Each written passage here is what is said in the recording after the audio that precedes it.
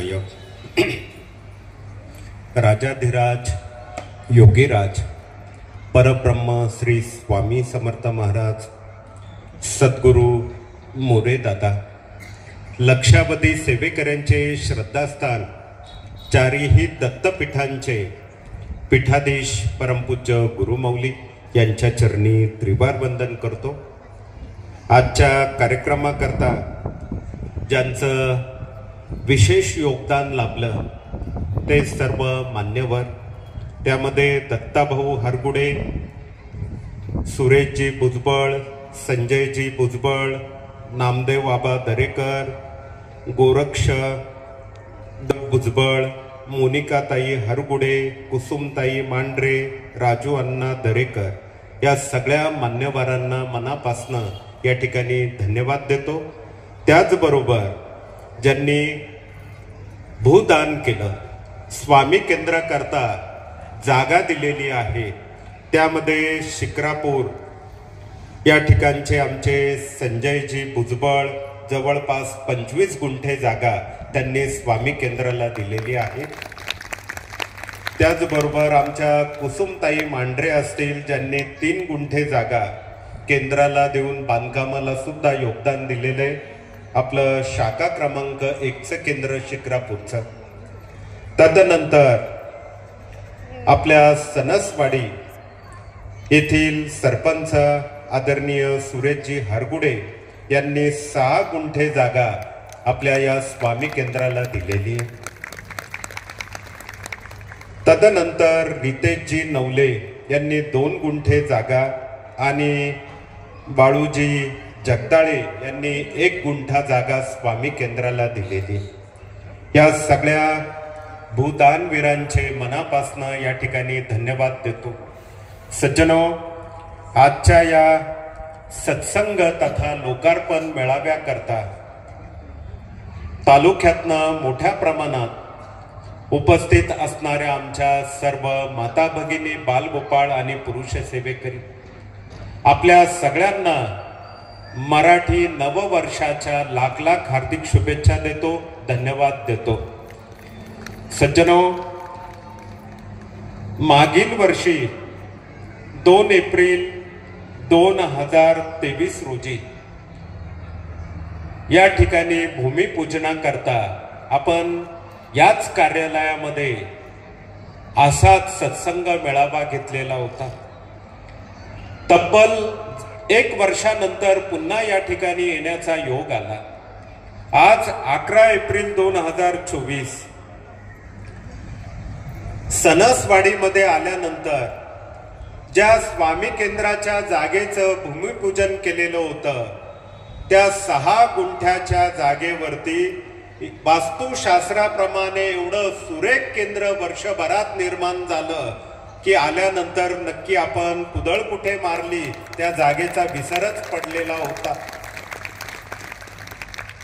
आणि आमच्या स्मरणानुसार पुणे जिल्ह्यात नव्हे, महाराष्ट्रात, भारतात एका वर्षामध्ये एवढं मोठं केंद्र जर कुठे निर्माण झालं असेल ते आपल्या सणसवाडीमध्ये झालेलं आहे, ते सुद्धा आपल्याला आवर्जून सांगू इच्छितो। धन्यवाद। ज्या ज्या सेवेकऱ्यांनी बांधकामाला या केंद्राची वीट पायाभरणी करता योगदान दिलं, त्यांना सुद्धा मनापासून हार्दिक शुभेच्छा देतो। सज्जनो,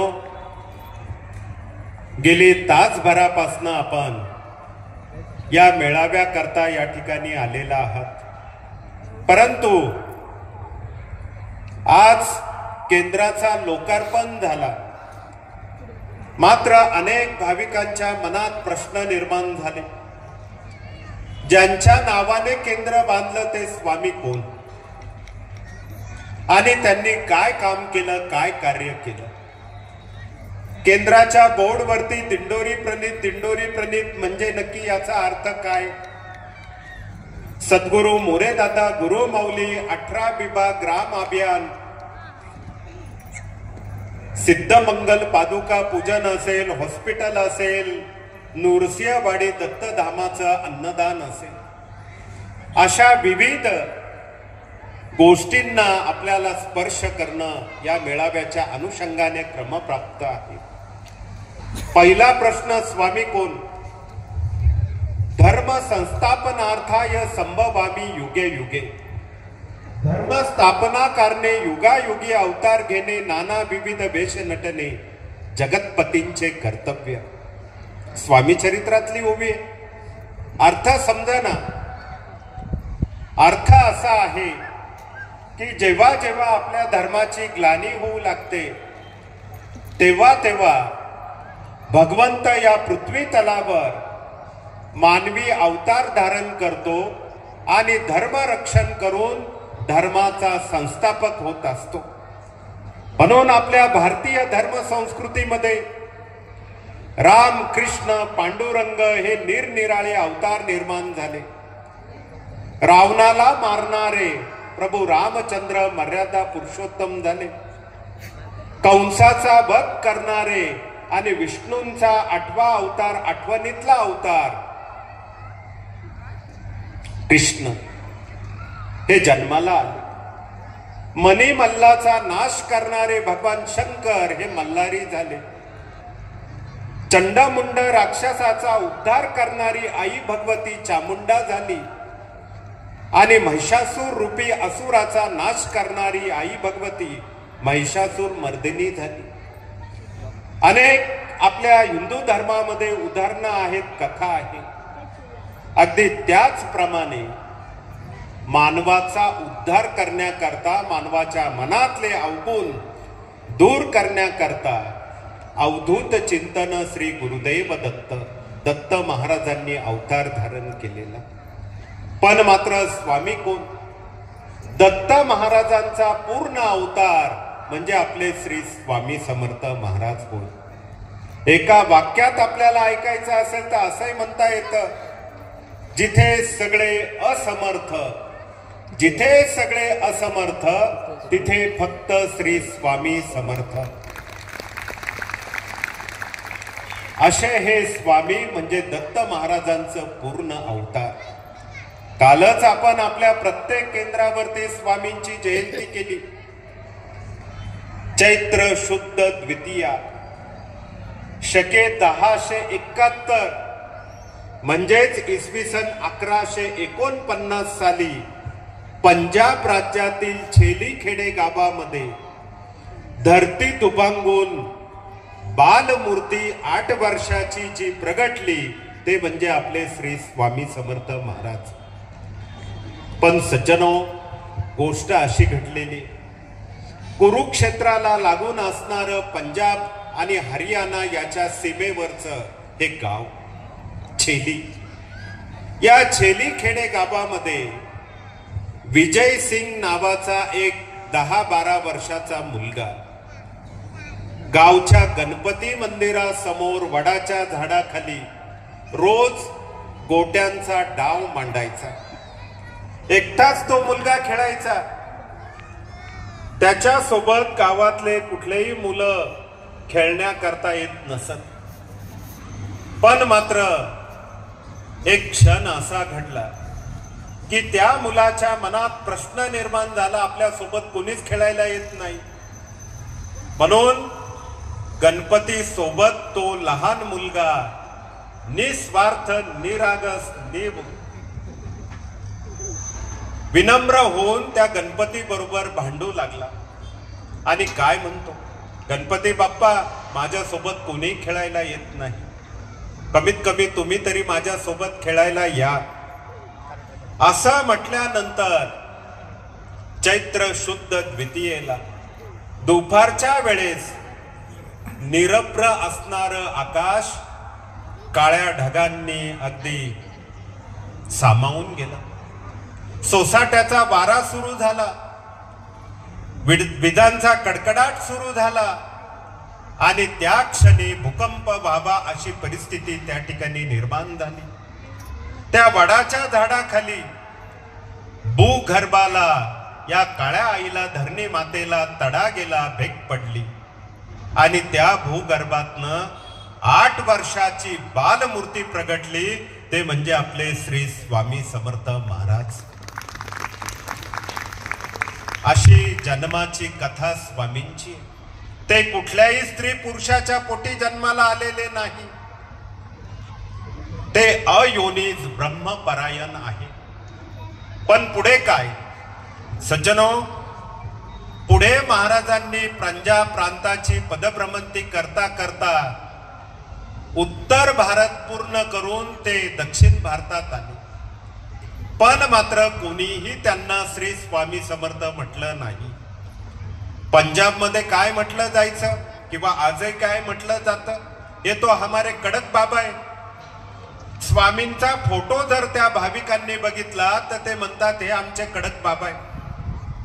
केरळ, तमिळनाडू त्या ठिकाणी स्वामींना चंचल भारती हे नाव दिलं गेलं.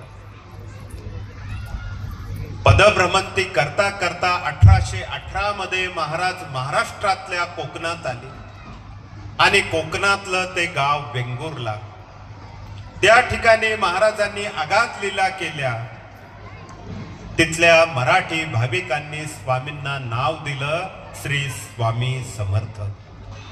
सज्जनो, हे जे 6 अक्षरांचं नाव आहे ते महाराष्ट्रात कोकणात स्वामींना मिळालं. पुढे काय झालं, कोकणातून महाराज सोलापूर जिल्ह्यात आले. पंढरपूर, मंगळवेढा, बेगमपूर या ठिकाणी महाराजांनी अनेक लीला केल्या. करता करता महाराज महाराष्ट्र आणि कर्नाटकाच्या सीमेवरचं गाव प्रज्ञापुरी 1856 साली आले आणि त्या प्रज्ञापुरीमध्ये महाराज 22 वर्ष राहिले. प्रज्ञापुरीचा अर्थ काय? अंधार नगरी, जिथे दुःखामध्ये खितपत पडलेले लोक होते, जे अडाणी होते, व्यसनी होते, अशा सगळ्या लोकांना 22 वर्षात स्वामींनी तमसोमा ज्योतिर्गमयम, अंधारातून प्रकाशाकडे, अज्ञानाकडून ज्ञानाकडे नेलं आणि त्या प्रज्ञापुरीचं नाव अक्कलकोट या रूपाने उदयास आलं. आणि आज आपण म्हणतो अक्कलकोट श्री स्वामी समर्थ महाराज. 1878 पर्यंत स्वामींनी त्या अक्कलकोटामध्ये काम केलं. पण अक्कलकोटात काम करताना अनेक शिष्य घडले. शिर्डीचे साईबाबा, गजानन महाराज, टेंबे स्वामी, शंकर बाबा, जंगली महाराज. म्हणून आपल्याला सांगू इच्छितो की साईबाबा असो किंवा गजानन महाराज यांचे गुरु म्हणजे आपले श्री स्वामी समर्थ महाराज होय. साईबाबा शिर्डीमध्ये श्रद्धा, सबुरी, विचारधारा प्रेरित करत होते आणि आलेल्या भक्तांना काय सांगायचे? सबका मालिक एक, सगळ्यांचा मालक एकच आहे. मग कोण मालक? या कलियुगाचे चालक, मालक, पालक श्री स्वामी समर्थ महाराज हे सगळ्यांचे मालक आहे, असं शिर्डीमध्ये बाबा सांगत होते. हा चरित्रातला, त्यांच्याच साई चरित्रातला दाखला आहे. म्हणून सज्जनो, साईबाबा, गजानन महाराज यांचे गुरु आपले स्वामी महाराज. म्हणून स्वामी कोण याचं हे उत्तर आहे. जो जो भेटेल त्यासी दुःखमुक्त करणं, जो जो भेटेल त्यासी सुखी बनवणं आणि जो जो भेटेल त्यासी ज्ञानी बनवणं. 800-850 वर्ष महाराजांनी या भारत भूमीमध्ये काम केलेलं आहे. पुढे काय सज्जनो, पुढे हे कार्य नाशिक जिल्ह्यातल्या दिंडोरी गावातनं सुरू झालं. तुम्ही म्हणाल कसं? सद्गुरु मोरे दादांची ही जन्मभूमी. ज्याने नाही पाहिली पंढरी त्याने एकदा पावी दिंडोरी. दंडकारण्याचं प्रवेशद्वार म्हणजे दिंडोरी गाव. 14 वर्ष जिथे रामाने वनवास भोगला त्या दिंडोरी गावात शेतकरी कुटुंबात 1922 साली सद्गुरु मोरे दादांचा जन्म झाला. 400-450 एकर बागायती शेती, घरात सगळ्या सुख सोयी, पण मात्र नियतीच्या मनात काहीतरी वेगळं. अवघं 6 महिन्याचं वय आणि वडील वारले. पण सज्जनो, छत्रपती शिवाजी महाराजांना जसं जिजाऊचं प्रेम मिळालं, जिजाऊंचे संस्कार मिळाले, अगदी त्याच पद्धतीने सद्गुरू मोरे दादांना त्यांच्या आईचं प्रेम आणि संस्कार मिळालं. त्या मातेचं नाव परमपूज्य चंद्रभागाबाई अप्पाजी मोरे. या आईचे संस्कार आपल्या गुरूंना लाभले आणि मग पुढे शेती, विवाह पश्चात प्रपंच, 1942च्या चले जाव आंदोलनामध्ये होमगार्ड, स्वातंत्र्य सैनिक, देशभक्ती, देशसेवा. देश स्वातंत्र्य मिळाल्यानंतर दिंडोरी गावचे सरपंच म्हणून 10 वर्ष काम केलं.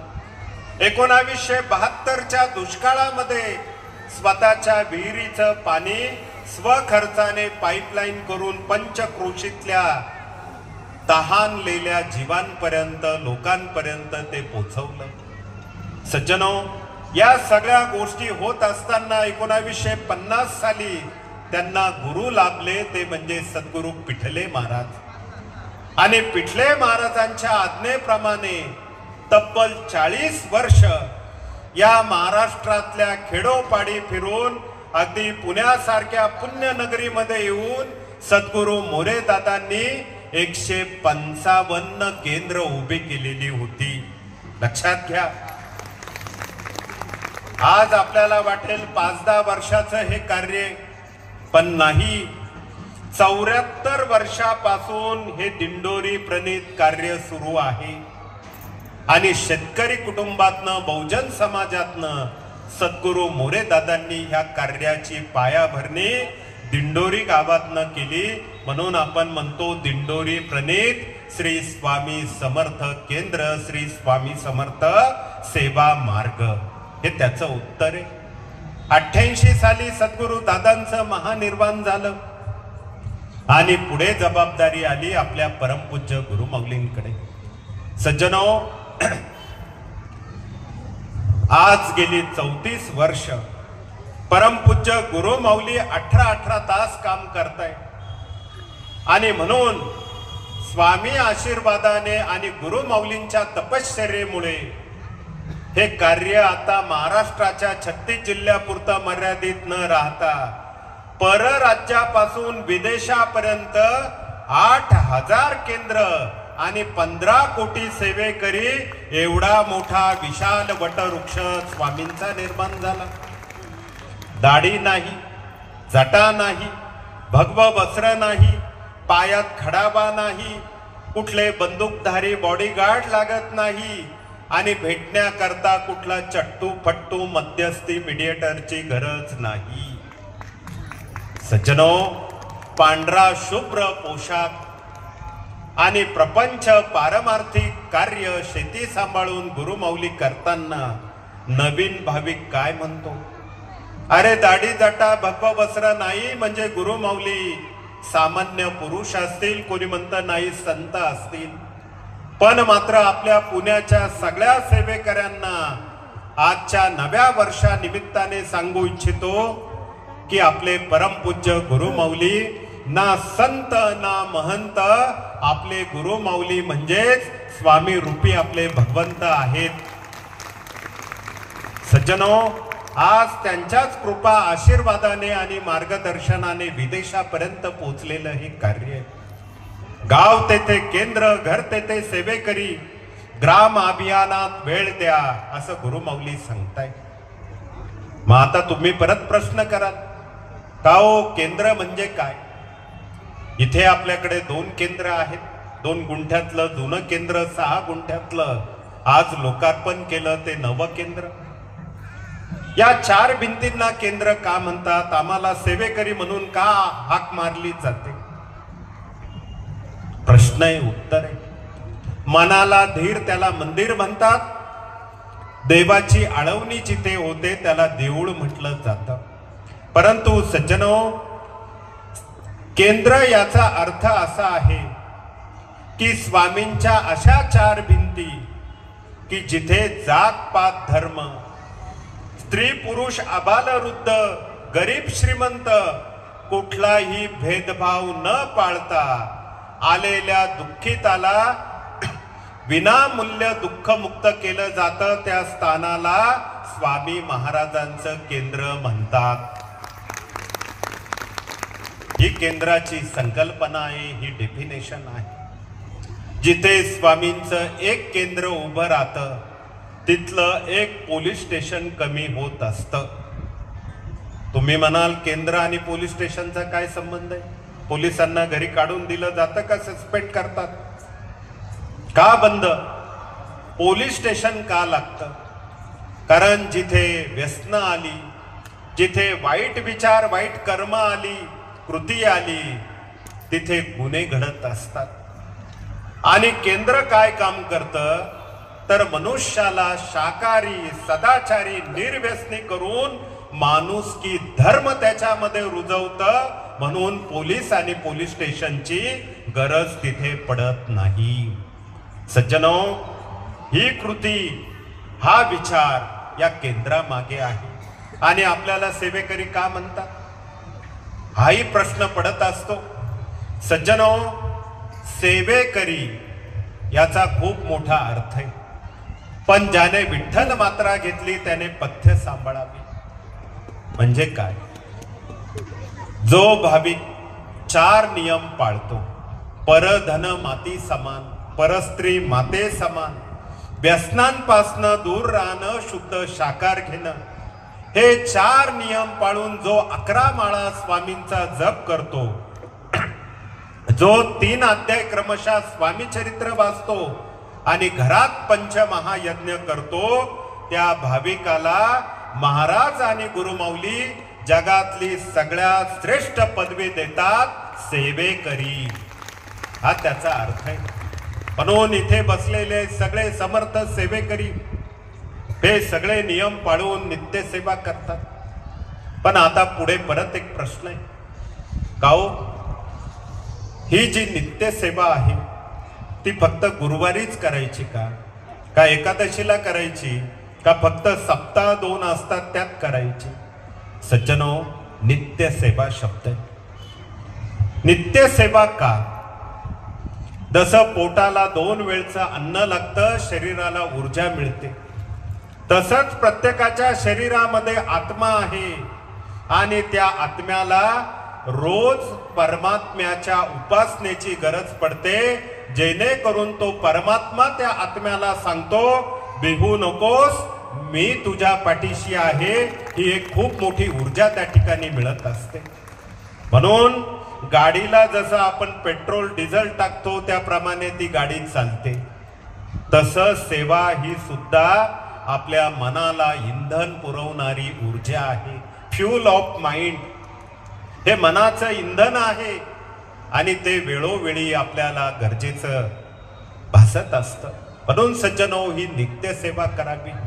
मग आता जे ग्राम अभियान आहे, या ग्राम अभियानामध्ये 18 विभाग आणि ह्या 18 विभागांमध्ये पहिला विभाग आहे प्रश्नोत्तर. रामदास स्वामी म्हणतात, जनी सर्व सुखी असा कोण आहे, विचारे मना तूच शोधून पाहे. मनुष्य जन्माला येतो, रडत येतो, हाताची बोटं त्याची वाळलेली असतात, नातलग मात्र हसत असतात. वय वाढतं, रडणं थांबतं, हाताची बोटं सरळ होतात. मग त्यामध्ये बालपण, तारुण्यपण आणि पुढे म्हातारपण, या 3 अवस्था येतात. आणि पुढे काय? जे काही ईश्वराने आपल्याला अशी आयुष्य दिलेलं आहे, आयुर्मान आपलं आहे, त्याप्रमाणे आपण तेवढं जीवन जगतो. पण जेव्हा त्या व्यक्तीच्या हातून सत्कर्म घडतं, तो व्यक्ती आपल्यातनं चालता चालता निघून जातो. जाणारा हसत निघून जातो, हाताची बोटं मात्र सरळ असतात आणि त्यावेळेस मात्र नातलग रडत असतात. बघा, येतानाची परिस्थिती वेगळी, जातानाची वेगळी. किती मोठा विरोधाभास. येतानाही अंगावर वस्त्र नसतात, जाताना 1.25 मीटर पांढरा कपडा, तोही त्या आगीत चितेत भस्म होऊन जातो. खाली हात आए और खाली हात चले गए, ही प्रत्येकाची परिस्थिती असते. परंतु माणूस जसा मोठा होतो पदाने, प्रतिष्ठेने, पैशाने, तशा त्याच्या चिंता, जबाबदाऱ्या, समस्या ह्या वाढत असतात. याला एंड कुठे, अंत कुठे, ही चिंता कुठे संपते? जोपर्यंत चितेपर्यंत पोचत नाही तोपर्यंत चिंता संपत नाही. मग आता तुम्ही म्हणाल याला औषध काय? खूप सोपं औषध आहे. या जगामध्ये 700 कोटीपेक्षा अधिक लोक राहतात. कुठल्याही देशातल्या कुठल्याही व्यक्तीला प्रश्न करा, बाबा रे तुझ्या मनाला मनशांती आहे का? तू चिंतामुक्त आयुष्य जगतो का? 99% लोक नाही म्हणतात. मग आता याला काय औषध? याला कुठल्या मेडिकल, डॉक्टर, WHO, हॉस्पिटल कुणाकडे औषध नाही. कुठलाही अँटीबायोटिक चालत नाही. मग याला औषध काय? खूप सोपं औषध आहे. ज्या औषधाला GST नाही, कुठला MRP नाही, सगळं टॅक्स फ्री आहे, सगळं फ्री आहे. कुठलं औषध? एकमेव जगातलं औषध की स्वामींचं चिंतन करा आणि क्षणात चिंतामुक्त व्हा. हे त्याचं खरं औषध. त्याला रुपयाची गरज नाही हो. त्याला गव्हर्नमेंटचा कुठला टॅक्स पण लागत नाही, कुठली किंमत मोजायची गरज नाही. आणि म्हणून प्रत्येकाला सांगणं आहे की प्रश्नोत्तरातनं आपल्याला लोकांना चिंतामुक्त, भयमुक्त, दुःखमुक्त, व्यसनमुक्त, रोगमुक्त आणि आरोग्ययुक्त, धनयुक्त आपल्याला भाविकांना बनवायचंय.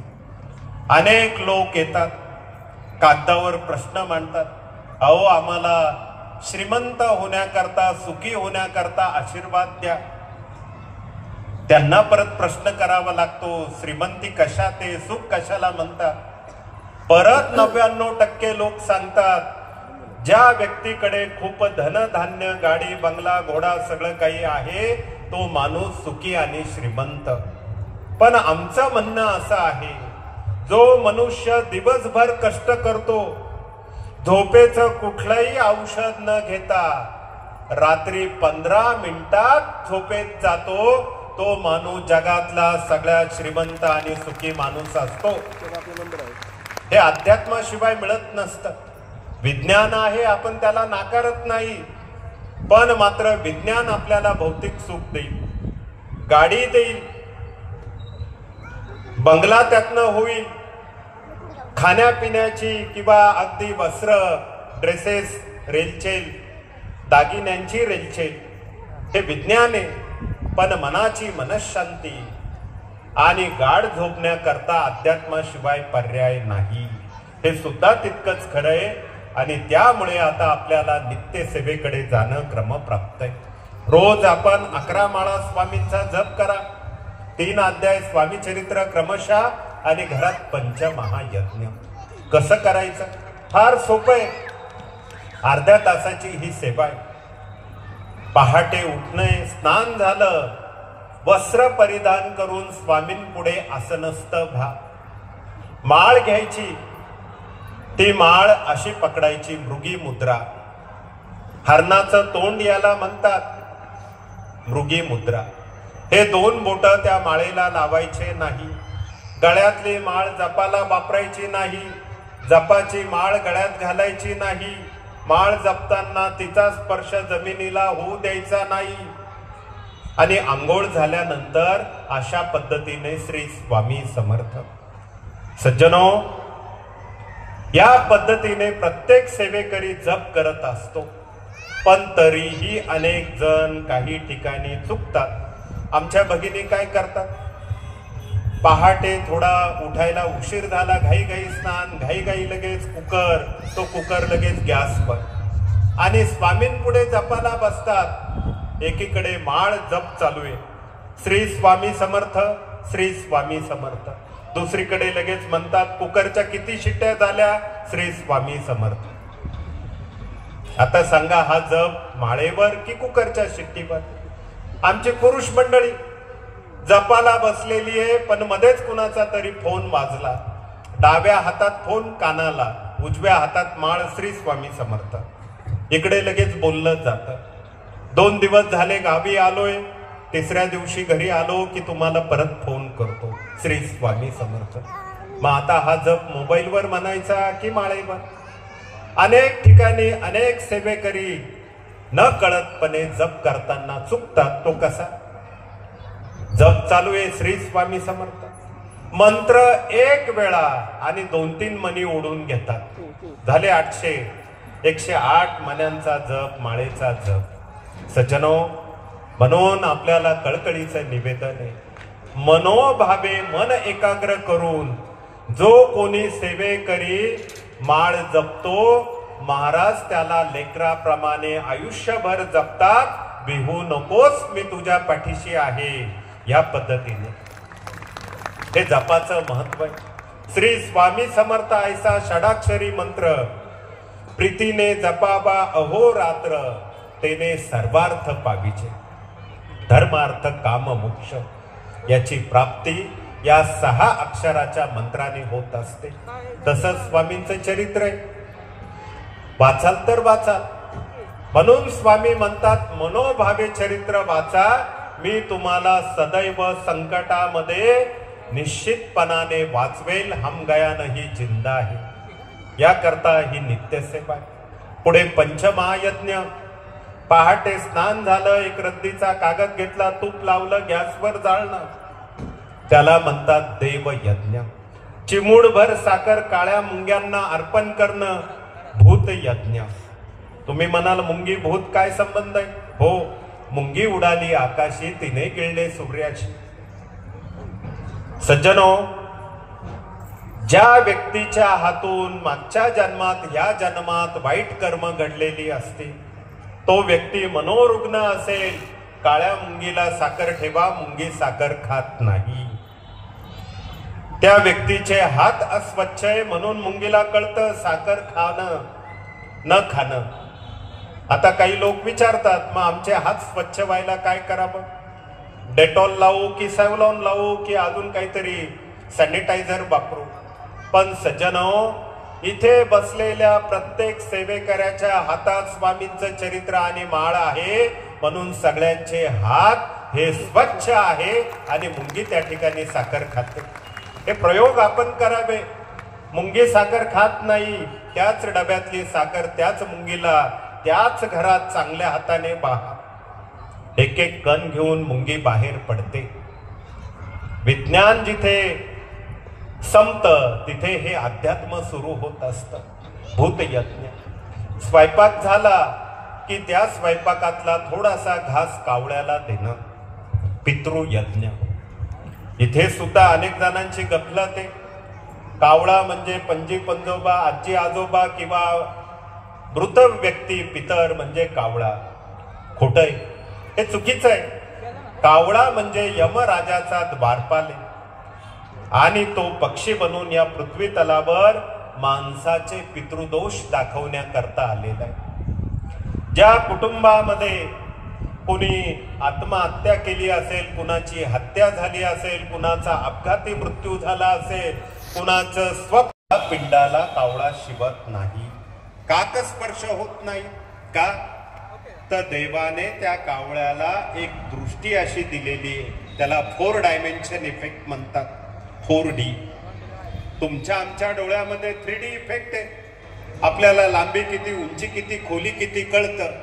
पण याच्या पलीकडे अतृप्त आत्मा, अदृश्य शक्ती ही फक्त त्या कावळ्याला दिसते. ती 4थी शक्ती, 4 डायमेन्शन, हे त्याला म्हटलं जातं. मग अशा वेळी पिंडाला कावळा न शिवणं, पुनरपि जननम पुनरपि मरणम, हे अजून तिथे सिद्ध झालेलं नाही. तो व्यक्ती, त्याचा आत्मा वातावरणामध्ये घुटमळत आहे. याला म्हणतात पितृयज्ञ. कावळा. पुढे गाईला घास देणं ऋषी यज्ञ. ज्याच्या दारी गाय त्याच्या घरी विठ्ठलाचे पाय. गाय संपली, शेतकरी आत्महत्या सुरू झाल्या. ही गाय काय आपल्याला देते? 33,88,00,000 ऋषी याचं ते प्रतीक आहे गाय आणि गायत्री. यावर खूप बोलण्यासारखं आहे. पण सज्जनो, ही गाय आपल्याला पंचगव्य देते. गाईचं शेण, गाईचं गोमूत्र कदाचित इथे स्टॉलवर उपलब्ध असेल, कार्यक्रमानंतर भेटा. गाईचं दूध, तूप आणि दही, शेण आणि गोमूत्र, 5 पदार्थ. ज्या लोकांच्या मनाला मनशांती नाही, नकारात्मक विचार येतात, आत्महत्येसारखे विचार येतात, टोकाची भूमिका कधी कधी मन घेत असतं, अशा व्यक्तीने ते पंचगव्य स्नानाला वापरावं. अगदी हारलेला व्यक्ती, रडणारा व्यक्ती सुद्धा 8 दिवसाने येऊन सांगतो, आता मला रडायचं नाही, मला लढायचं. एवढा आत्मविश्वास त्या पंचगव्य स्नानाने त्या भाविकाला मिळत असतो. हे कोण देतं? गाय देते. अहो, देशी गाय, त्या गायीच्या खांद्यावरून उजवा हात 5 मिनिटं फिरवा आणि आपलं ब्लड प्रेशर टेस्ट करा. कुठलीही दवा न घेता low BP, high BP normal होतो. गायीच्या सान्निध्यामध्ये राहिलं, गाय जेव्हा चारा खाऊन रवंत करते, त्या श्वासाने आपल्या श्वासाला गती मिळते आणि दम्यासारखे विकार बरे होतात. गायीचं गोमूत्र, जर ज्यांच्याकडे गाय असेल तर ठीक आहे, ताजं गोमूत्र अर्धा कप रोज आपण घ्या. नसेल तर गोमूत्र अर्क आहे, मेदोवर अर्क, हे जर आपण कपभर पाण्यात चमचाभर मेदोहर अर्क एकत्र करून घेतलं, सर्दी, कफाचे, खोकल्याचे, कॅन्सरचे, डायबिटीजचे विकार बरे होतात. वेट लॉस करता सुद्धा हे औषध खूप महत्वाचं आहे, वजन कमी करण्याकरता. सज्जनो, इथे आमच्या डॉक्टर ताई हे औषध दाखवत आहे, हे गाय देते. आणि म्हणून गायीला घास देणं याला ऋषी यज्ञ म्हटलं जातं. गायीवर खूप बोलण्यासारखं आहे, परंतु हे जे गोमूत्र अर्क आहे याच्यावर अनेक प्रयोग केलेले. आपल्या घरामध्ये बंद पडलेलं घड्याळ असेल का, तर त्याचा सेल डिस्चार्ज झाला, सेल काढून टाका. सेल जिथे जोडतो त्या 2 वायरी त्या गोमूत्र अर्कामध्ये टाका. घड्याळ परत सुरू होतं, टिकटिक टिकटिक ते चालू होतं. हे प्रयोग आपण करू शकतात. म्हणून इथे कुठे काही अंधश्रद्धा आम्ही बोलायचं आणि तुम्ही कृती करायचं असं नाही, लक्षात घ्या. तर येणे प्रकारे गाय आणि गायीशी संबंधित खूप काही उत्पादनं आहे, त्याचा उपयोग मानवाच्या मनशांती करता आणि माणसाला रोगमुक्त करण्याकरता आपण करू शकतो, हा सांगण्याचा विषय. शेवटचा 5वा यज्ञ मनुष्य यज्ञ. विनोबा भावे नेहमी म्हणायचे, भूक लागणं प्रकृती आहे, खूप खाणं विकृती आहे. आपल्या ताटातली अर्धी भाकर दुसऱ्याला देणं ही खरी आपली संस्कृती आहे. याला मनुष्य यज्ञ म्हणतात, लक्षात घ्या. म्हणून लहान लेकरं असेल त्यांना गोळी, बिस्किट, चॉकलेट, कोणी दुसरं आलं, चहा, पाणी, नाश्ता, जेवण, अन्नदान करणं, याला खरं मनुष्य यज्ञ म्हणतात. एकूण किती यज्ञ झाले? 5 पंचमहायज्ञ. हे जर आपण आपल्या घरी नित्याने केले तर तो व्यक्ती पितृदोषासह, वास्तुदोषासह, ग्रहपिढेसह सगळ्या दोषातनं मुक्त होतो. कुठला बाबा लागत नाही, कुणाला रुपयाची दक्षिणा देण्याची गरज नाही. किती सोपं आहे. म्हणून ही नित्य सेवा, अनेक प्रश्न आहे आणि त्या प्रश्नावरती मोफत आध्यात्मिक सल्ला आपलं केंद्र देत असतं, त्याला प्रश्नोत्तर म्हटलं जातं. पुढचा विषय घेऊ. इथे लहान लेकरं आलेले,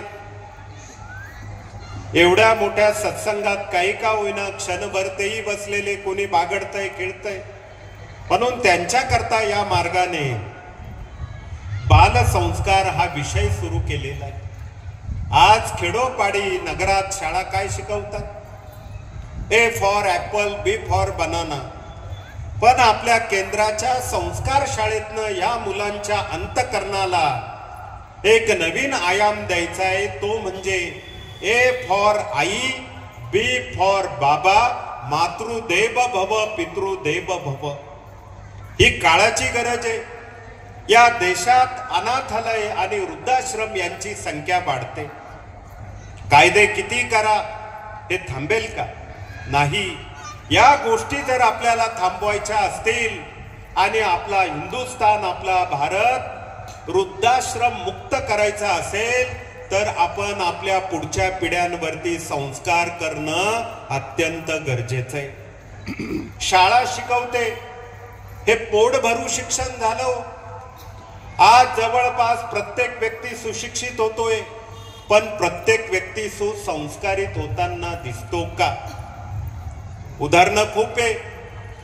अहो, मुंबईमधनं IT इंजिनियर झालेला मुलगा आणि मुलगी दिल्लीमध्ये, आणि त्या IT इंजिनियर मुलाने कालांतराने त्या मुलीचा खून केला. ती IT इंजिनियर तिच्या त्या डेड बॉडीचे 35 तुकडे केले आणि फ्रीज मध्ये ठेवले. एक एक तुकडा उचलला की बाहेर कुठेतरी जंगलामध्ये रस्त्याच्या कडेला टाकणं. तो सापडला तेव्हा या गोष्टीची उकल झाली. IT इंजिनियर, डॉक्टर मंडळी नको त्या गोष्टी करायला लागलेत, वकील चुकीचे वागायला लागले. काय बोलावं? आज जर आपण वृद्धाश्रमात गेलात, कधी वेळ मिळाला तर जा आणि त्या तिथल्या आजी बाबांना प्रश्न करा, तुमचा मुलगा काय करतो? उत्तर काय मिळतात? आमचा मुलगा इंजिनियर आहे, वकील आहे, डॉक्टर आहे, प्राध्यापक आहे, IPS अधिकारी आहे, IS अधिकारी आहे. हे उत्तर आहे. पण अजून तरी कुठलेही आजी बाबा म्हटले नाही की आमचा मुलगा शेतकरी आहे म्हणून. शेतकऱ्याचे आई बाप कधीच वृद्धाश्रमात पाठवले जात नाही. ही अभिमानाची गोष्ट आहे. भले तो डावा अंगठा सही निशाणी शाळा शिकलेला असेल किंवा नसेल. म्हणून सुशिक्षित होता होता आता आपल्याला सुसंस्कारित होणं काळाची गरज. आपण नेहमी म्हणतो काही विपरीत घटना घडली, वाईट दुःखित घटना घडली, आपण लगेच छत्रपती शिवाजी महाराजांचा नामघोष करत असतो, घेत असतो. राजे तुम्ही पुन्हा जन्माला या. राजे म्हणतात मी पुन्हा जन्माला येण्याबद्दल दुमत नाही, पण त्या राजांना, त्या शिवबांना जन्माला घालणारी राजमाता आधी तुमच्याच जन्माला आली पाहिजे. तेव्हा छत्रपती शिवाजी महाराज शिवबा म्हणून या पृथ्वी तलावर महाराष्ट्रात पुन्हा जन्माला येतील. सज्जनो, त्याकरता आमच्या माता भगिनींना सांगू इच्छितो की राज्यकर्त्यांनी तुम्हाला 33 वरून 50% आरक्षण दिलं, पण या स्वामी मार्गाने आमच्या सगळ्या माता भगिनींना 100% आरक्षण आणि संरक्षण दिलेलं आहे. आणि तेव्हा प्रत्येक भगिनी जेव्हा केंद्रात येते, दिंडोरी दरबारात येते, गुरुपीठ त्र्यंबकला येते आणि मनोमनी सांगते मी माझ्या माहेरी आलेली आहे. ही माहेरवाशी. पण आता तुम्हाला 100% रिझर्वेशन, आरक्षण मिळालेलं आहे या कार्याने. याचा उपयोग करता आला पाहिजे. आपल्या हिंदू धर्माविषयी अनेक टीका टिप्पणी करणारे लोक नको ते काही गोष्टी काही पुस्तकात लिहून ठेवल्या, पण या सगळ्या गोष्टी संत कबीराने एका वाक्यात पुढून काढल्या. नाहीतर आपल्या धर्माविषयी काय म्हटलं जायचं? हिंदू धर्म संस्कृती म्हणजे पुरुषी अहंकारी संस्कृती, स्त्रीला भोगवादी म्हणून मानणारी ही संस्कृती म्हणजे आपली भारतीय तथा सनातन हिंदू धर्म संस्कृती. पण संत कबीर काय म्हणाले? संत कबीर डोळ्यातनं म्हणतात नारी की निंदा मत कर. अरे नारी की निंदा मत कर, नारी तो रतन की खान है, जिस नारी से पैदा हुए राम कृष्ण हनुमाने. रामाला कृष्णाला जन्माला घालणारी आमची नारी आहे. सज्जनो, म्हणून नारी तू नारायणी ही संकल्पना आपल्या भारतीय संस्कृतीमध्ये ऋषी मुनींनी प्रेरित करून लिखित ठेवलेली. बोलण्याकरता खूप आहे. अगदी देवांच्या कारभारातली प्रमुख 4 खाते आमच्या भगिनींना दिलेली. रक्षण करती दुर्गा कोण? तुमचं प्रतीक. जेवू घालणारी अन्नपूर्णा कोण? तुमचं स्वरूप.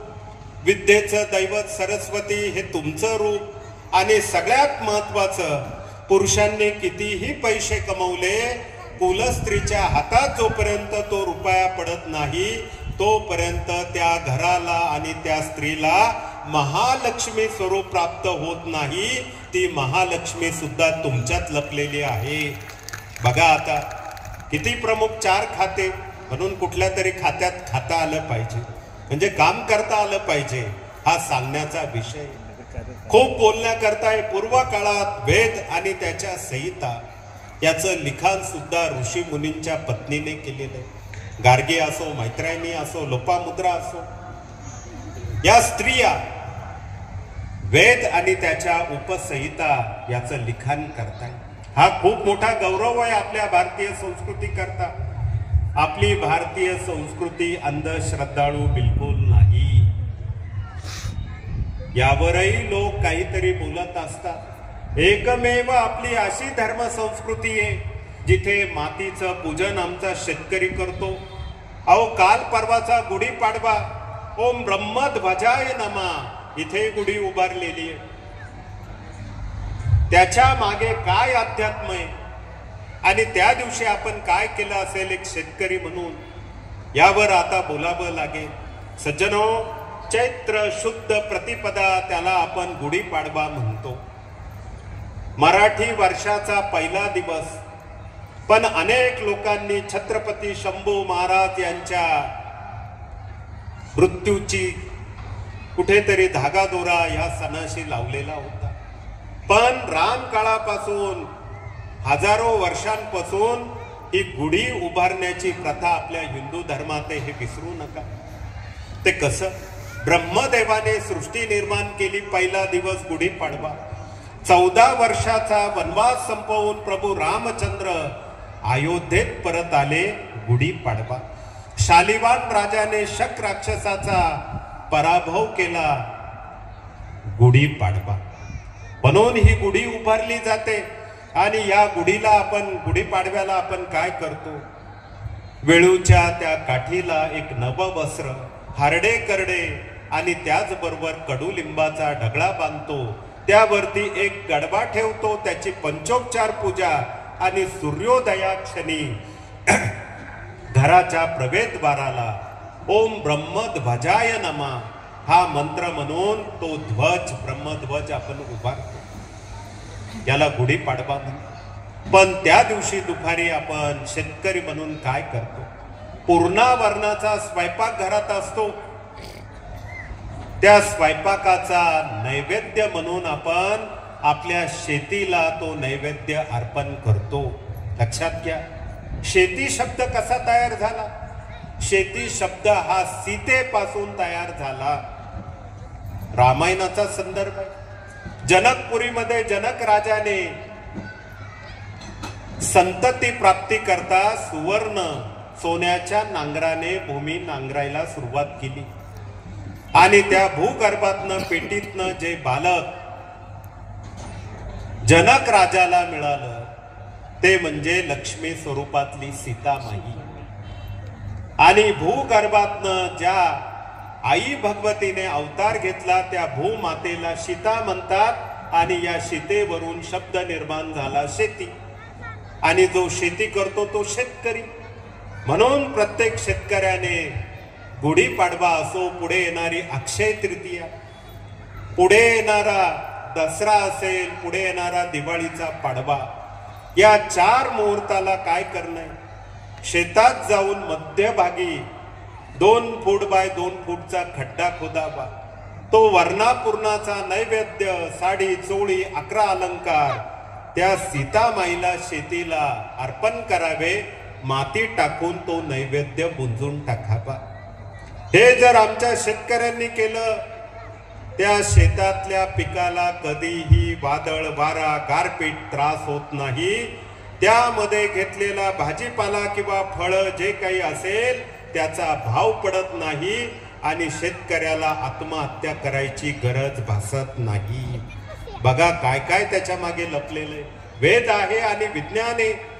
म्हणून सणवार व्रतवैकल्य आमच्या भगिनींनी या ठिकाणी प्रदर्शन भरवलेलं आहे. नुसतं बघू नका, त्यांना विचारा देवघर देवारा कसा.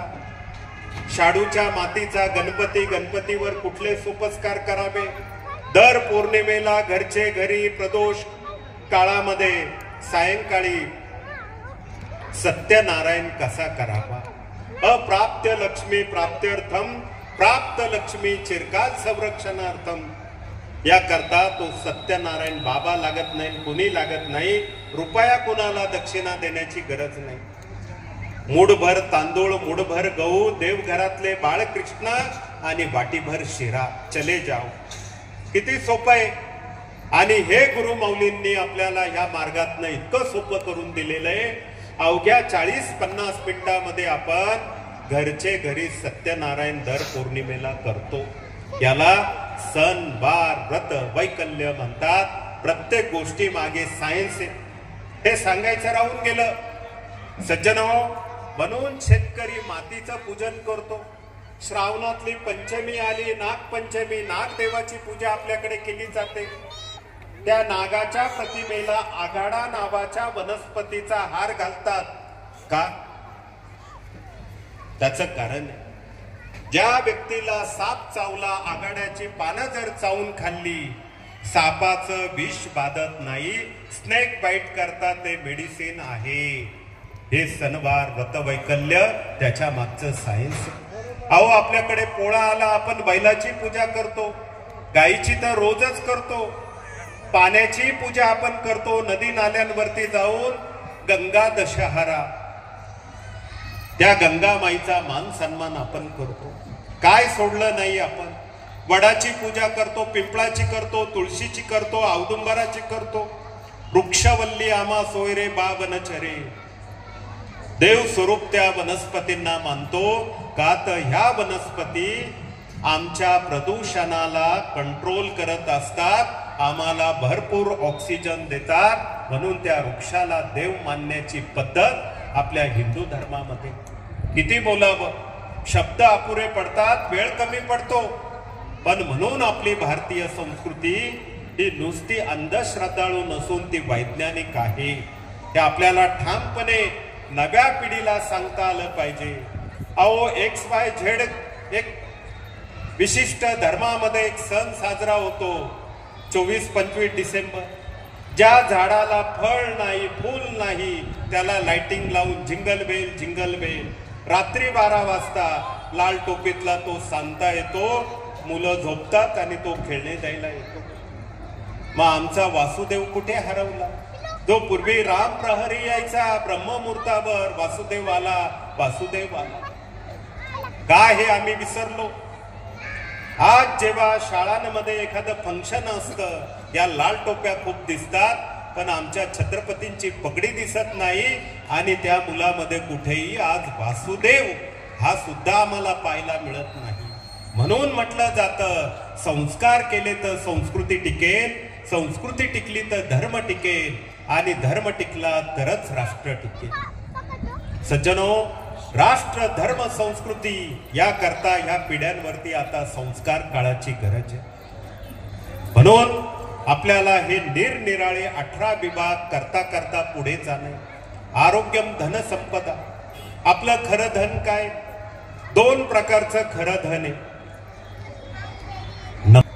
आपल्या पोटी जन्माला आलेली आपली मुलं बाळ, हे पहिलं आपलं खरं धन. आणि दुसरं धन आपलं निरोगी शरीर, हे आपलं खरं दुसरं धन आहे. बाकीचं काही खरं नाही. वस्त्र असो, सोनं नाणं असो, की कोणी इथून 1-2 एकर वरती नेलं, असं होतं का? काहीच नाही. कुठल्याही कार्यक्रमात आपण एकत्र आलो तर काय प्रश्न करतो?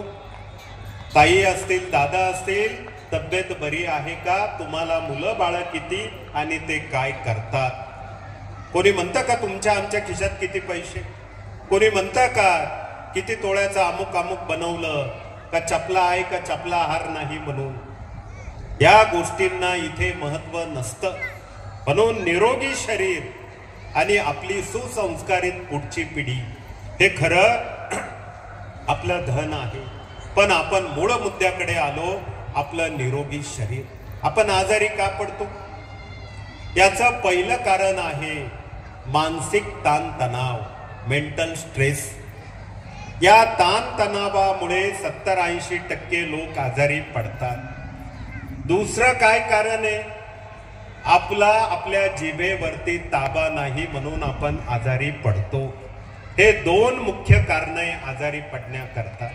आता मगा सांगितलं, मानसिक ताणतणाव जर कमी करायचा असेल तर स्वामींचं चिंतन आणि चिंतामुक्त व्हा, हे पहिलं त्याचं उत्तर आहे। दुसरा विषय, जिभेवरती कंट्रोल नाही, म्हणून आपण आपल्या गुरुपीठातल्या हॉस्पिटलमध्ये एक सुविचार लिहिलेला आहे। काय लिहिला? जिभेची टेस्ट, पोटात गेलं बेस्ट, आजार झाले गेस्ट, डॉक्टर करताय टेस्ट, आपले पैसे झाले वेस्ट, म्हणून सगळ्या पुणेकरांना सांगणे, घरची भाजी भाकर सगळ्यात बेस्ट। काय पाहिजे? तुम्ही म्हणाल आमच्या पुणेकरांकरताच हा डायलॉग का मारला? कारण जगात असे खवय्ये कुठेही नाही जेवढे खवय्ये ह्या आमच्या पुणे नगरीत आहे। छत्रपतींची भूमी, जगद्गुरु तुकोबारायांची ही भूमी आहे आणि या भूमीमध्ये बाकरवडी अमुक अमुक, मस्तानी तमुक तमुक, पाबळ तर बाजूला आहे, पण मात्र त्याच्याशिवाय काही होत नाही। आपल्याकडे अध्यात्माच्या हितगुजाला अमृततुल्य म्हटलं जातं, पण पुण्याच्या रस्त्याला वेगळंच अमृततुल्य दिसतंय। पुणेकरांचा हा नवा शोध आहे, अमृततुल्य चाय। परंतु सज्जनो, हे जे काही आहे जिभेवर नियंत्रण, हे ऋषी मुनींनी तर सांगितलं, पण कोविड-19 कोरोना जाता जाता हेच सांगून गेलेलं आहे, हेही आपण लक्षात ठेवलंय। परंतु तरीही मानवी शरीराला गॉड गिफ्ट 3 प्रकारचे मिळाले, त्रिदोष। कुणाला पित्त आहे, कुणाला वात आहे, कुणाला कफ आहे। मग आता काय करायचं? कसं ओळखायचं? खूप सोपं आहे, कुठल्या ज्योतिषाकडे जायची गरज नाही। त्या प्रकृतीवरून त्या व्यक्तीची शरीरयष्टी स्वभाव आपल्याला ओळखता येतो। फॉर एक्झाम्पल काय? वात प्रकृती, वात प्रकृतीचे लोक काटकुळे असतात, स्लिम असतात। स्वभाव कसा? अत्यंत चंचल, 1-1.5 तास एक ठिकाणी बिलकुल शांत बसणार नाही, इकडे तिकडे तिकडे इकडे मान डोलवतील, इकडून तिकडे पाय फिरवतील, बसल्या बसल्या लेफ्ट राईट काहीतरी चालू। हे लोक शरीराने इथं असतील पण मनाने मात्र टीव्ही जवळ, कारण 8 वाजले, सास भी कभी बहू थी, मैं तुलसी तेरे आंगन की, आई कुठे काय करते। कदाचित इकडे त्यांचं मन भरकटलेलं। वात प्रकृती, अस्थिर मन, चंचल मन आणि शरीर मात्र काटकुळं असतं। वात कशाने निर्माण होतो? वच्या भाज्या, वाटाणा असो, वांग असो, वालवड असो, बटाटा असो किंवा आहारामध्ये जास्त भात खाणं, याने वात वाढतो। वात वाढला की हाडं दुखतात, मानपाट कंबर। सज्जनो, उपाय काय?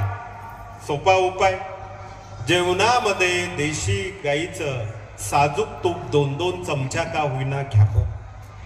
जसं गाडीला ऑइल ग्रीस लागतं तसं आपल्या शरीराला सुद्धा या गोष्टीची गरज असते आणि म्हणून ते लुब्रिकंट आपल्या शरीराला, हाडांना पोषक द्रव्य म्हणून काम करतं।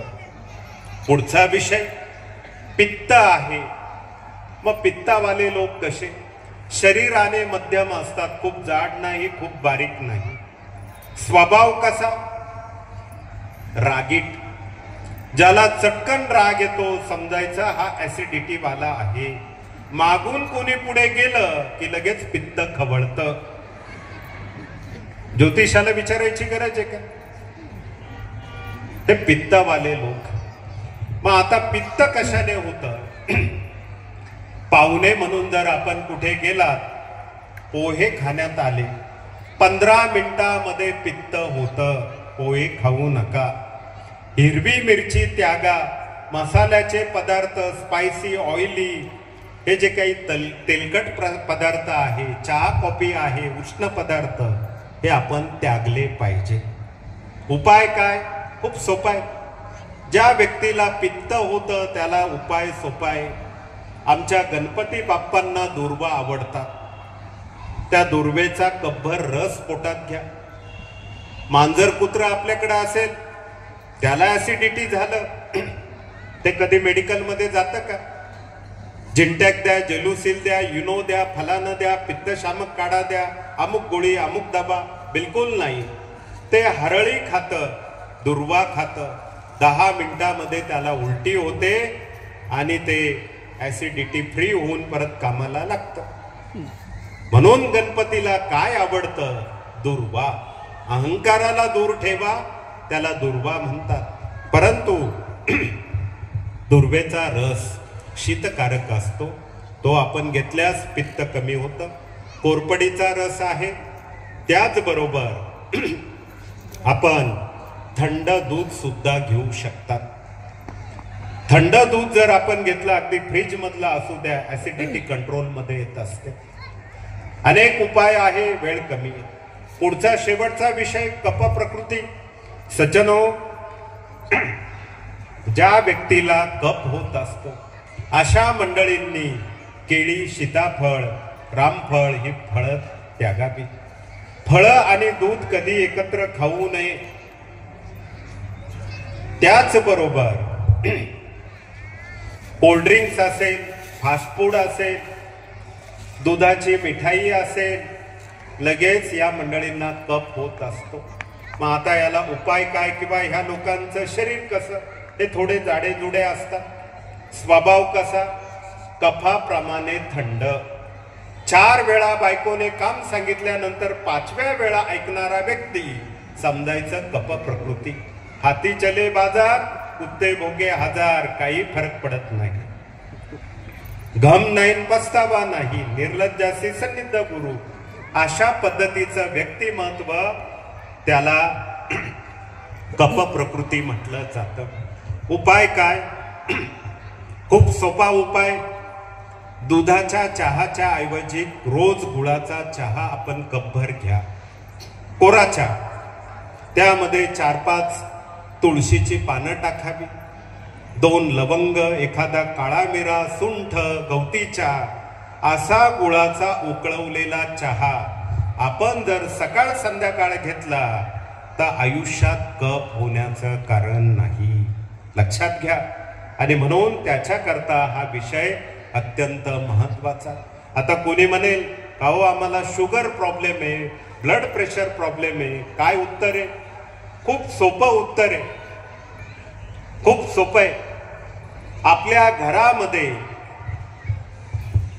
पीठ मळण्याची जी परात असते, परातच म्हणतात ना आपल्याकडे, काय म्हणतात?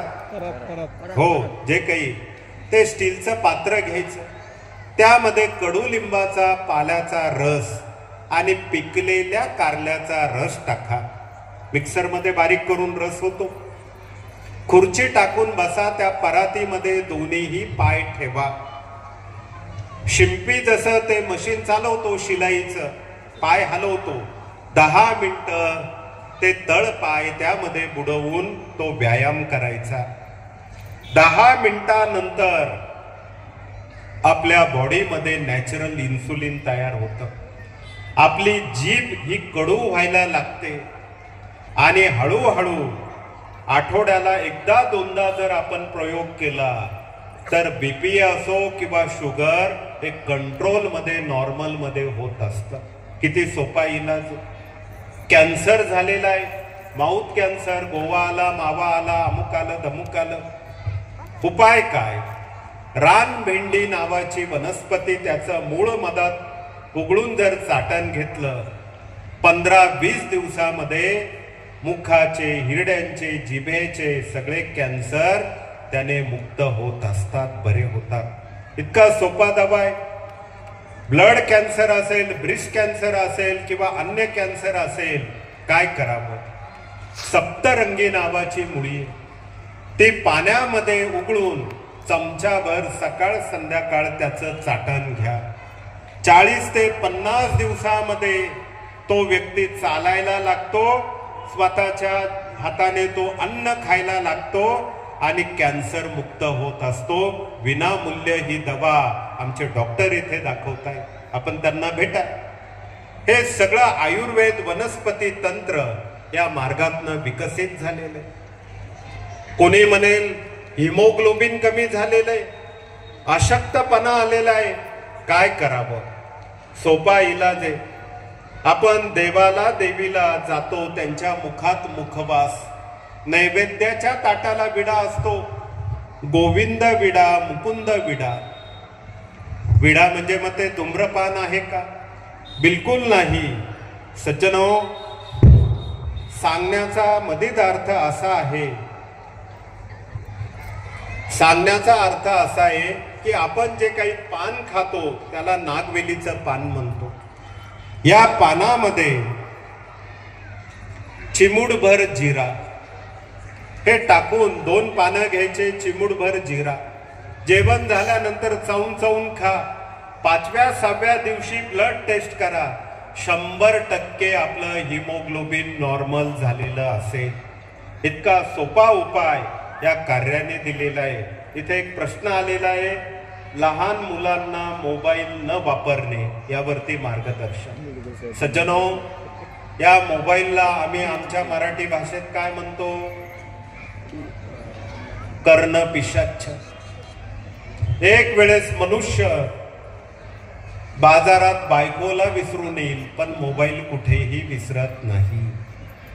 10वा असो 13वा असो, नाहीतर लग्न असो, मोबाईल शिवाय काहीच नाही.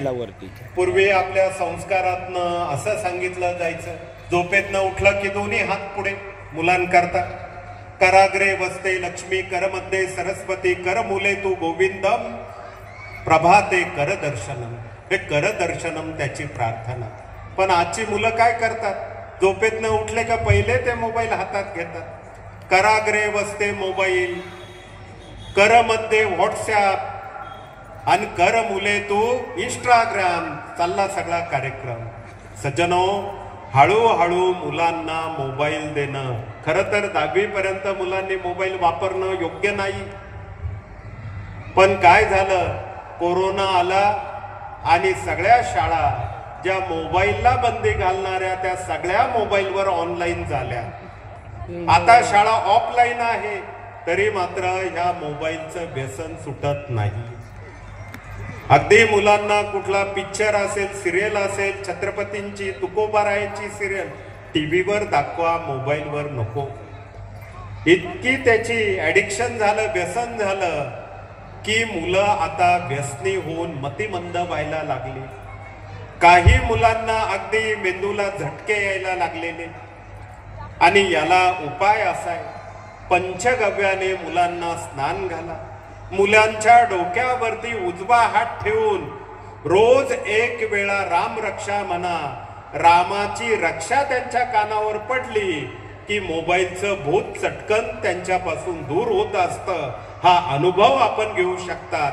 म्हणून त्याच्याकरता हे उत्तर आहे. अहो, आपल्या हिंदू धर्मातल्या स्तोत्र मंत्रांमध्ये खूप ताकद आहे. मेलेला जिवंत होण्याची ताकद आहे, रुग्ण बरा होऊन सुखरूप घरी येण्याची ताकद आहे. पण मात्र एका व्यक्तीने एकदा प्रश्न केला, का हो, पूर्वीचे साधू संत किती चमत्कार करायचे. आमच्या संत ज्ञानेश्वर माऊली भावंडांनी निर्जीव भिंत चालवली. आता एकही संत सद्गुरू भिंत चालवताना दिसत नाही. तुमचं काय म्हणणं आहे? म्हटलं, आमचं एवढंच म्हणणं आहे, आजचे सुद्धा साधू संत सद्गुरू निर्जीव भिंत चालवू शकतात. पण त्यांच्या समोर येणारा हा व्यक्ती कधीही वाघावर बसून येत नाही. तो जर वाघावर बसून आला, स्टेज सहित आम्ही त्याच्यापर्यंत हे सगळं निर्जीव घेऊन जाऊ. मनी नाही भाव आणि देवा मला पाव. काही कुठे कुणाशी बरोबरी. अगदी महाशिवरात्र आली तरी त्या भगवान शंकराला बदनाम केलं जातं. भगवान शिव थोडस घेतात म्हणे, सोमरस घेतात. मग आम्ही काचेतलं घेतलं तर काय त्याने फरक पडणार आहे कुणाला? कुणाच्या टिंबटिंबाला काय फरक पडतो? पण सज्जनो, सोमरस म्हणजे दारू व्यसन नव्हे.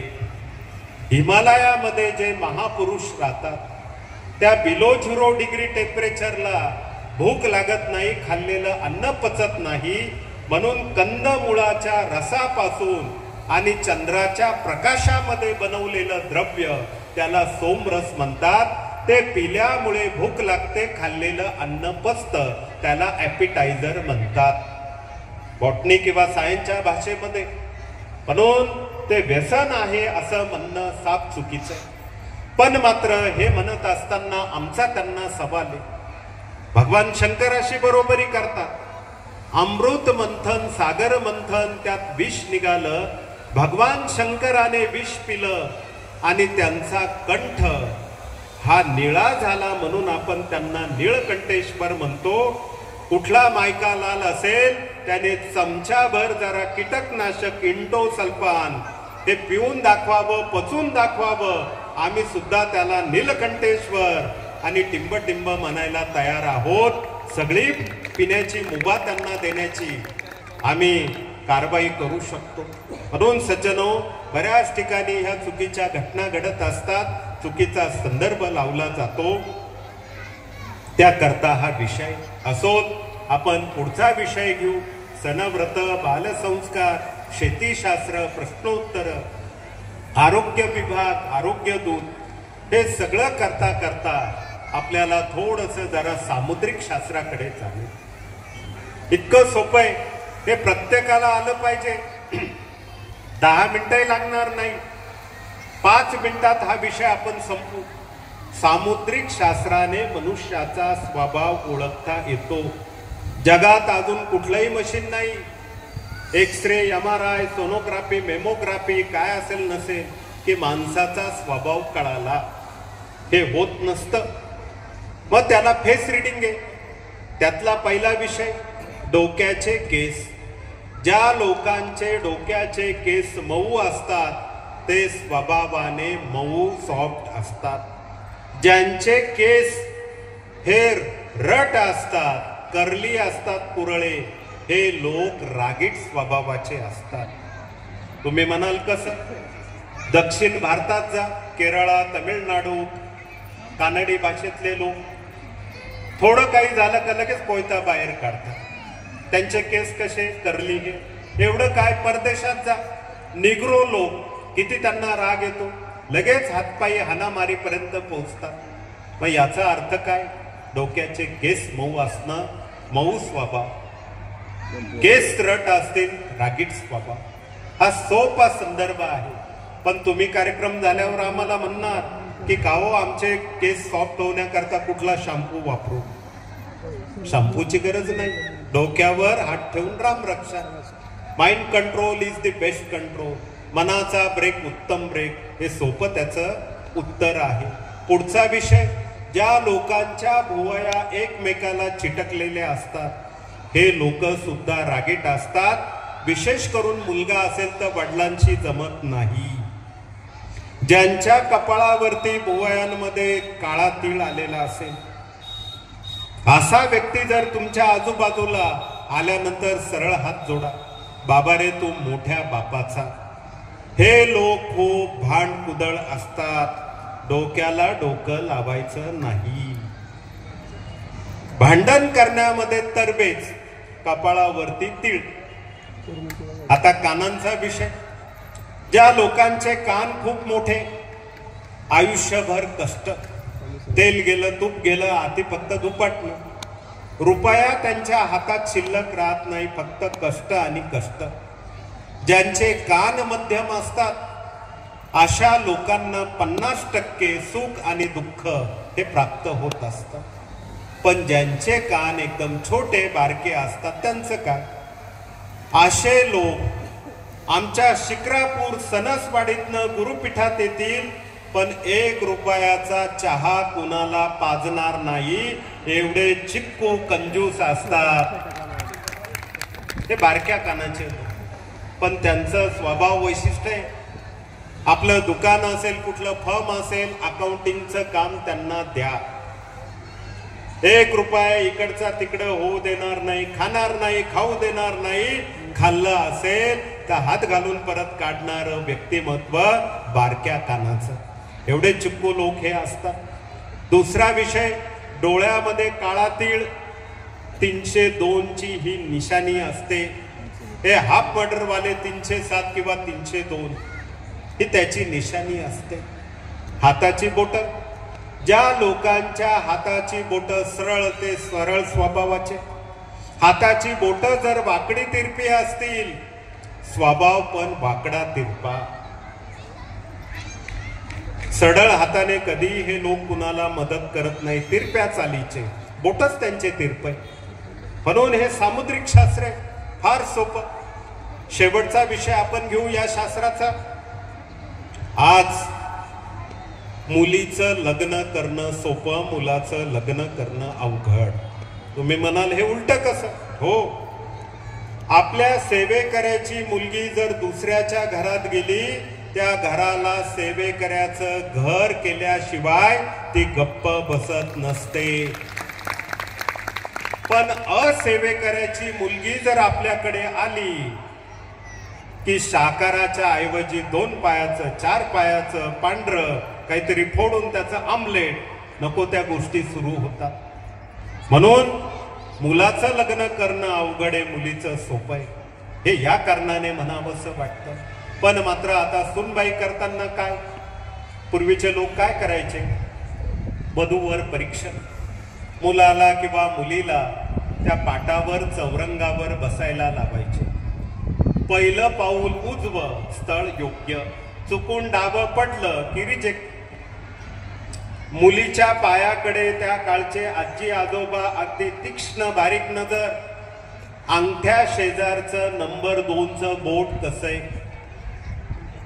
2 नंबरचं बोट अंगठ्यापेक्षा कणभर जर लांब असेल आणि अशी मुलगी सून म्हणून आली, अनुभव शून्य, मॅच्युरिटी नाही, शिक्षण कमी, आल्या आल्या सासूच्या डोक्यावर ती मिरे वाटते.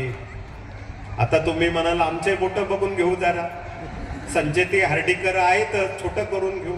पण स्वभावाला अध्यात्मात औषध असतं, लक्षात घ्या. म्हणून हे जे सामुद्रिक शास्त्र आहे हे इतकं सोपं आहे, हे आपल्याला कळालं पाहिजे. पुढचा विषय घेऊ, वास्तुशास्त्र.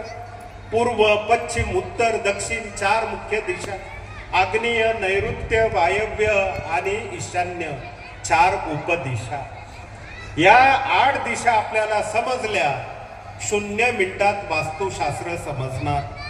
त्याला काही सिव्हिल डिप्लोमा डिग्री, आर्किटेक्ट होण्याची गरज नाही ना. कुणाला लाख रुपये दिले का 2 लाख रुपये या आणि आमचं घर तपासा, काही कुणाला बोलवण्याचं कारण नाही. आपणच आपल्या सेवेकरी रूपातला वास्तुतज्ञ होऊया. ही गुरुमाऊलींची विचारधारा आहे. मग आता पहिला कोपरा आहे आग्नेय कोपरा. या आग्नेय कोपऱ्यामध्ये घरात काय पाहिजे? अग्नी म्हणजे काय? किचन. पण बऱ्याच ठिकाणी किचनचे ओटे ब्लॅक ग्रेनाइट किंवा कडप्पा, ब्लॅक कलरचा तो स्टोन. अग्नी, तिथे गॅस, दगड तापतो, त्यामधनं जे काही किरणं बाहेर पडतात आणि भगिनी उभ्याने स्वयंपाक करत असताना त्या पोटावरती, गर्भाशयावरती त्याचा परिणाम आणि भगिनींना पोटदुखी किंवा गर्भाशयाचे कॅन्सर. म्हणून ब्लॅक स्टोन वापरू नका. चुकून आग्नेय कोपऱ्यात पाणी आलं, नवरा बायकोंमध्ये सतत भांडणं होत असतात. का? अग्नी आणि पाणी एकमेकाचे शत्रू. आग्नेय कोपऱ्यात किंवा भिंतीला कुठे तडे गेले, घरातल्या राहणाऱ्या लोकांच्या मनाला, विचाराला तडे जातात. म्हणून भिंतीला तडे भेगा नसाव्या, हेही आपण लक्षात घ्यावं. दुसरा विषय नैऋत्य कोपरा, साऊथ वेस्ट. विहीर आली, बोरवेल आलं, सेप्टिक टँक आलं, काय दुष्परिणाम? करता पुरुष ना करता हातपाय मोडून बिछाण्यावर पडलेला, किंवा कॅन्सर किंवा पॅरालिसिस सारखा असाध्य आजार त्या व्यक्तीला, किंवा त्या घरात कुणीतरी आत्महत्या केलेली असू शकते. हे त्याचे दुष्परिणाम आहे. मग आता तुम्ही म्हणाल काय करावं? तोडफोड करायची गरज नाही. विहीर, सेप्टिक टँक बुजवता आली तर बुंदून टाका, नाही तर 3 फूट उंचीचं कंपाऊंड त्याला करा, काटेरी तारेचं. लाल रंग त्याला मारा.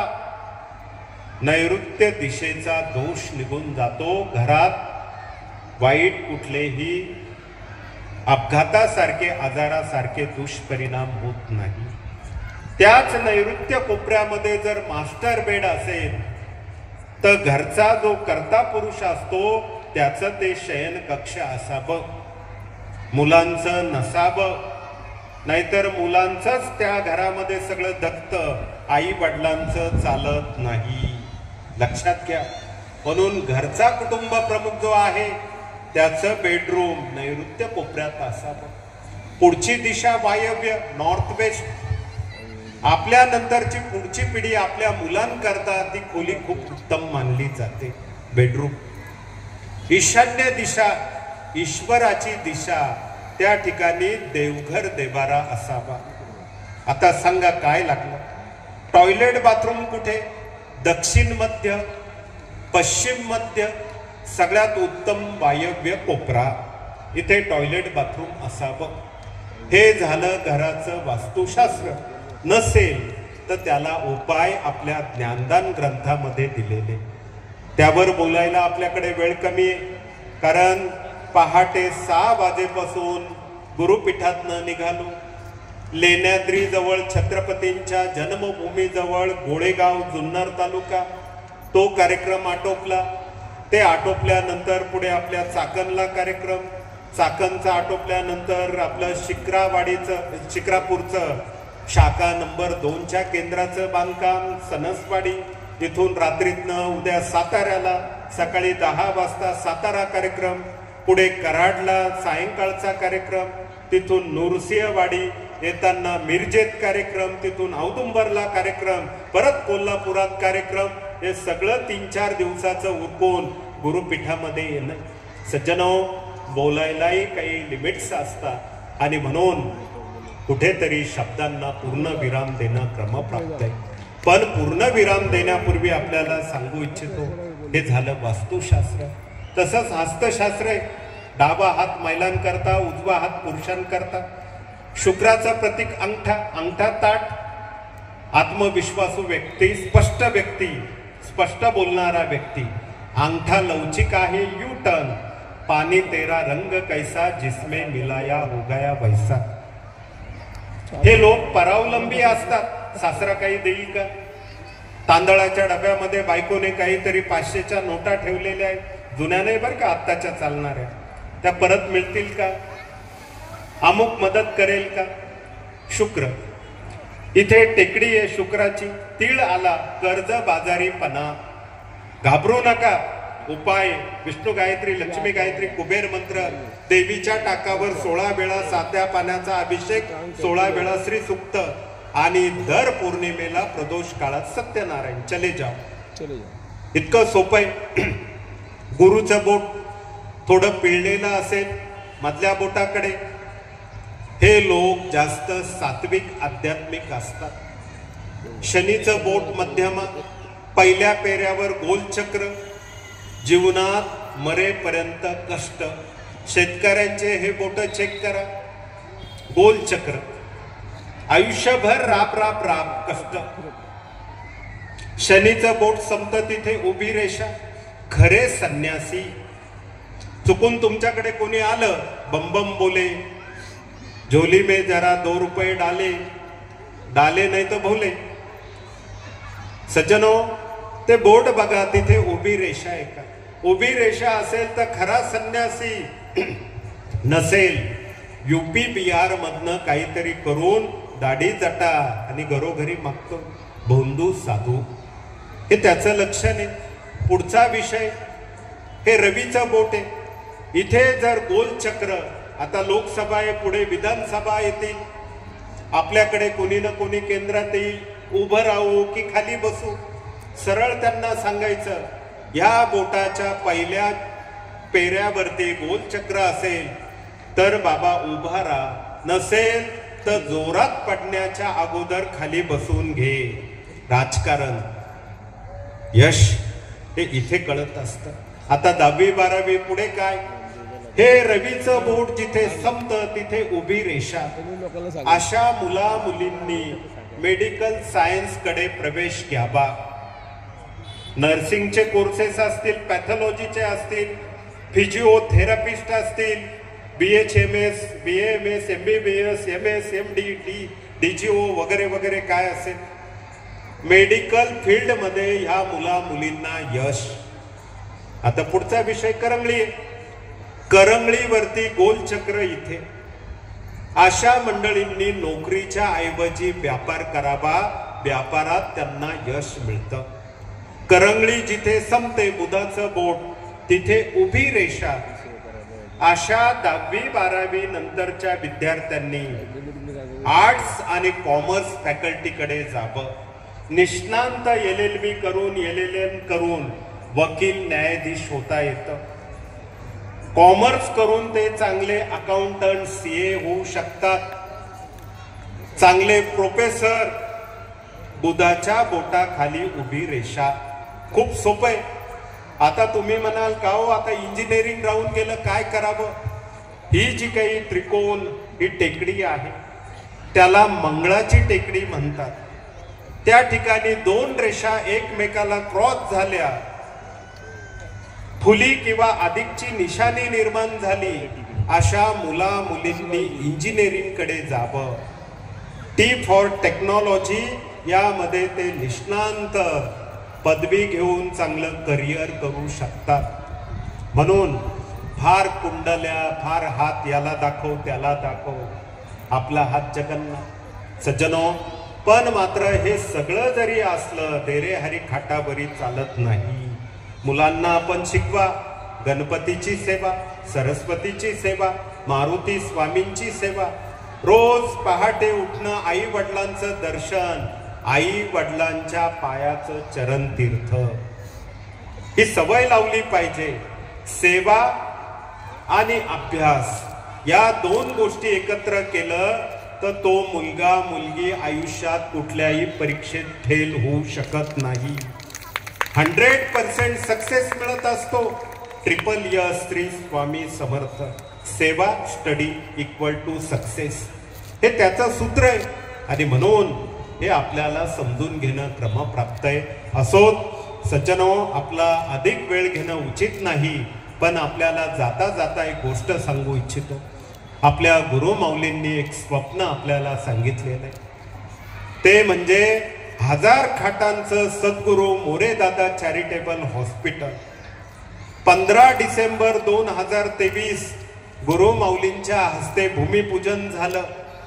बघता बघता या 4 महिन्याच्या कालखंडामध्ये पाया खोदकाम पूर्ण होऊन, फुटिंगा 100% भरून, 50% कॉलम पूर्ण झाले. मे महिन्याच्या एंडिंग पर्यंत पहिला स्लॅब पूर्ण भरलेला असेल. 3,15,000 स्क्वेअर फीटचं हे बांधकाम आहे फर्स्ट विंगचं. आणि मल्टी स्पेशालिटी असणारं, जर्मन टेक्नॉलॉजी असणारं हे हॉस्पिटल असेल. सज्जनो, या हॉस्पिटलमध्ये 18 प्रकारच्या OPD, गायनेकोलॉजिस्ट, पेडिस्ट्रिशियन, अन्कोलॉजी, न्यूरोलॉजी, ऑर्थोपेडिक्स सगळं त्याच्यामध्ये आहे. डर्मॅटॉलॉजिस्ट, सगळं काही. हे तज्ञ डॉक्टर विनामूल्य त्या ठिकाणी आपली तपासणी करणारे. Number 2, diagnosis centre. मग त्याकरता किडनी फेल्युअर असेल त्याच्याकरता डायलिसिस असेल, sonography, mammography, CT scan, x-ray, MRI सगळं एक ठिकाणी. पॅथॉलॉजी असेल, रक्तलघवी तपासणी, मेडिकल स्टोअर असेल त्या ठिकाणी. आणि 1 नंबरच्या म्हणजे 2 नंबरच्या फ्लोअरला 150 खाटा गोर गरीब रुग्णांकरता 100% विनामूल्य असतील, हेही आपल्याला सांगू इच्छितो. म्हणून आमच्या पुणेकरांनी एक संकल्प केला, जनकल्याण आणि सिद्धमंगल पादुका पूजनाचा. त्यापूर असो की सणसवाडी असो, चाकण असो की जुन्नर, आंबेगाव, घोडेगाव, गोळेगाव असो, सगळ्या सेवेकरांना पुणेकरांकरता सांगणे, रुपयाचं दान पुण्य महान. या सिद्धमंगलचा रुपया हॉस्पिटल पायाभरणी करता महत्वाचा ठरणार आहे. आपल्या रुपयामुळे एखाद्या रुग्णाचे प्राण वाचतील, त्याला जीवनदान म्हटलं जाईल. रुग्ण जेव्हा ऍडमिट होईल त्याला चहा पाणी नाश्ता 2 वेळचं जेवण 100% फ्री असेल, हे अन्नदान सुद्धा आपल्या रुपयातनं त्या ठिकाणी होणार आहे. नर्सिंग कॉलेज असेल, मुला मुलींना ज्ञानदान, 5000 मुला मुलींना या हॉस्पिटलला मानधन तत्वावरती नोकरी देण्याचं प्रयोजन रोजगाराचं दान असेल. सज्जनो, बोलण्याकरता खूप मोठा विषय आहे. स्क्रीनवर आपण कदाचित पाहू शकतात, मोबाईलवर त्याची व्हिडिओ क्लिप आहे, पीपीटी बनवलेली आहे. वेळ कमी आहे आणि म्हणून भविष्यामध्ये आपल्याला हे सद्गुरू मोरेदादा चॅरिटेबल उभं करून रुग्ण सेवा ही सुद्धा आपल्या स्वामींची सेवा आहे हे जगाला पटवून सांगायचंय, कृतीत आणायचंय. त्याकरता आपल्याला श्री जनकल्याण योजना असेल किंवा सिद्धमंगल पादुका पूजन असेल, यामध्ये आपण सहभागी व्हावं एवढंच आपल्याला सांगतो. पुनश्च एकदा आपल्या सणसवाडीच्या नव्या केंद्राच्या लोकार्पणाकरता ज्यांनी ज्यांनी योगदान दिलं, जागा भूदान म्हणून दिली, मनापासून त्यांनाही धन्यवाद देतो. आणि पुनश्च एकदा आपल्या सगळ्या सेवेकऱ्यांना नवीन मराठी वर्षाच्या हार्दिक शुभेच्छा.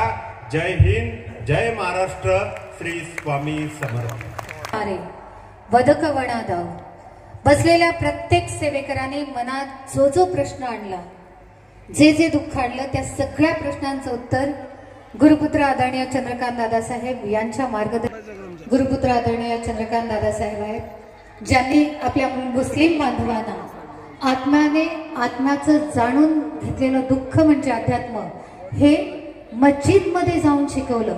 आपल्या सगळ्या मुस्लिम बांधवांचे चांद आदरणीय चंद्रकांत दादासाहेब यांच्या चरणी आजच्या दिवशी त्यांनी आपल्याला जो वेळ दिला त्यासाठी टाळ्यांचा गजरात ऋण व्यक्त करूया. सर्वांचं स्वागत. आणि दादा, खऱ्या अर्थानं आज सांगायला आनंद होतोय की आज सणसवाडीकरांसाठी हा दिवस अस्मरणीय म्हणलं तरी वावगं ठरणार नाही. दादा आपल्या आशीर्वादामुळे, गुरुमाऊलींच्या आशीर्वादामुळे आणि महाराजांच्या आशीर्वादामुळे डोळ्यासमोर स्वप्नपूर्ती पाहताना खरोखरच मनापासून आनंद होतोय. आणि त्याहून जास्त आनंद ह्या गोष्टीचा होतोय की आज आपल्या सणसवाडी केंद्राचे इनॉग्रेशन हे आपल्या हस्ते झालं. ह्याच्यापेक्षा मोठं भाग्य अजून आमचं काय असू शकतं. दादा आपल्या येण्याने या ह्या धरतीला पुण्य लाभते. आपल्या मार्गदर्शनाने आम्हाला एक पॉझिटिव्ह एनर्जी मिळते, आम्हाला मोटिवेशन मिळते आणि खरंच अशक्य असणाऱ्या गोष्टी आम्ही सहजपणे शक्य करतो. असेच तुमचे सर्वांचे आशीर्वाद आमच्या पाठीमागे सदैव असो अशी मी महाराजांचरणी प्रार्थना करते. आणि पुनश्च एकदा आपण आपल्या बिझी स्केड्यूलमधनं वेळात वेळ काढून इथे उपस्थित राहिलात त्याबद्दल सणसवाडी केंद्राच्या वतीने आपले आभार व्यक्त करते आणि इथे उपस्थित राहणाऱ्या सर्व सेवेकऱ्यांचे आभार व्यक्त करून या ठिकाणी थांबते. धन्यवाद. महेश्वरा गुरुर साक्षात् परब्रह्म तस्मै श्री गुरवे नमः. श्री स्वामी समर्थ महाराज की जय. श्री गुरुदेव दत्त श्री त्र्यंबकेश्वर महाराज की जय. गंगा गोदावरी माता की जय. सद्गुरु परम पूज्य मोरे दादा की जय. श्री स्वामी समर्थ गुरुमाऊली की जय. भारत माता की जय.